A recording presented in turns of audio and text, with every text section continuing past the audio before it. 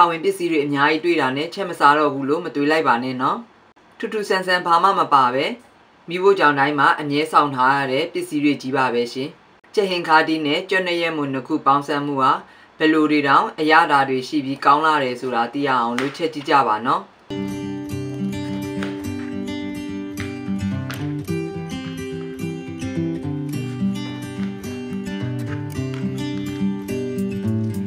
ကြက်ဟင်ခါတီးကိုအစိတ်လေးတွေဖယ်မယ်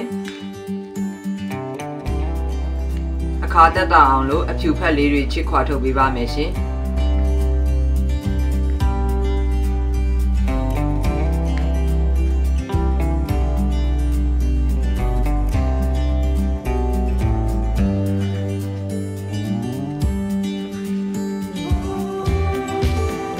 ပြီးရင်တော့ကြိုက်တယ်လို့လှီး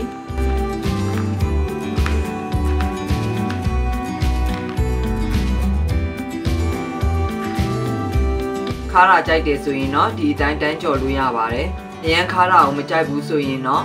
စားလက်ဖက်ရည်စွန်း2စွန်းလောက်ထည့်10မိနစ်ခန့်နေပြီးမယ်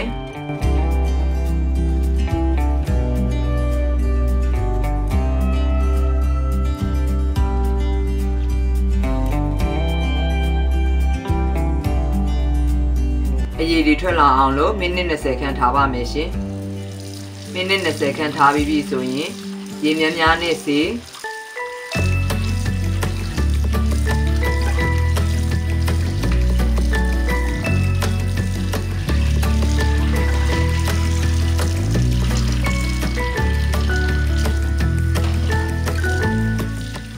ေတွေတက်နိုင်တဲ့များကုန်အောင်လို့အရည်ညှစ်ယူမယ်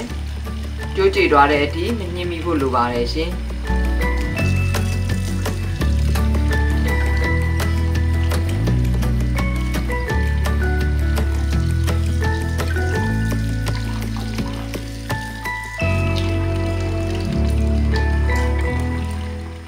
ကျန်တဲ့မူ6လေးတွေပြောလာအောင်ရေစိမ်ပြီးပြီဆိုရင်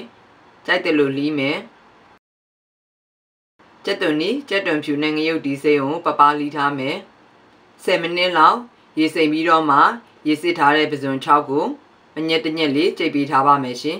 ရေမကြီးတိအနှစ်နဲ့9ငံပြာရလွဲပြီးတော့မှကျန်တဲ့ပါဝင်ပစ္စည်းအားလုံးကိုအိုးထဲထည့်ရောနှောတော့အောင်နေပြီးရင်မိမြများနဲ့အဖုံးလေးအုပ်ပြီးတည်ထားပါမယ်ရှင်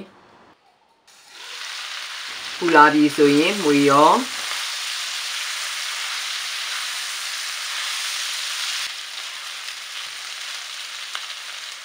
ရေထည့်ပြီးတော့မှ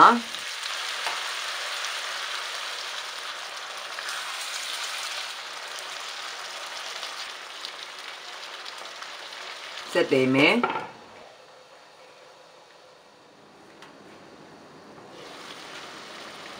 တည်ထားတဲ့အတော်အတွင်းမှာတစ်ခါလောက်မှွေပေးမယ်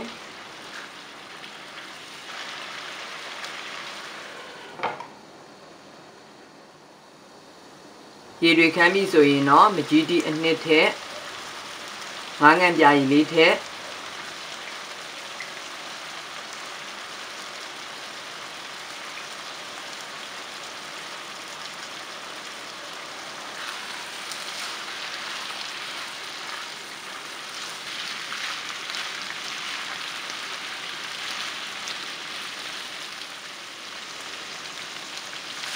2မိနစ်ခန့်လိုတလုံးမွေကြော်ပြီးပြီဆိုရင်တော့အရန်ကိုထမင်းစားမင်းစီတယ်ကျွန်းရွက်မို့ကြက်ဟင်ခါတီကြော်လေးသုံးဆောင်ဖို့အတွက်တင်ဖြစ်ပါပြီရှင်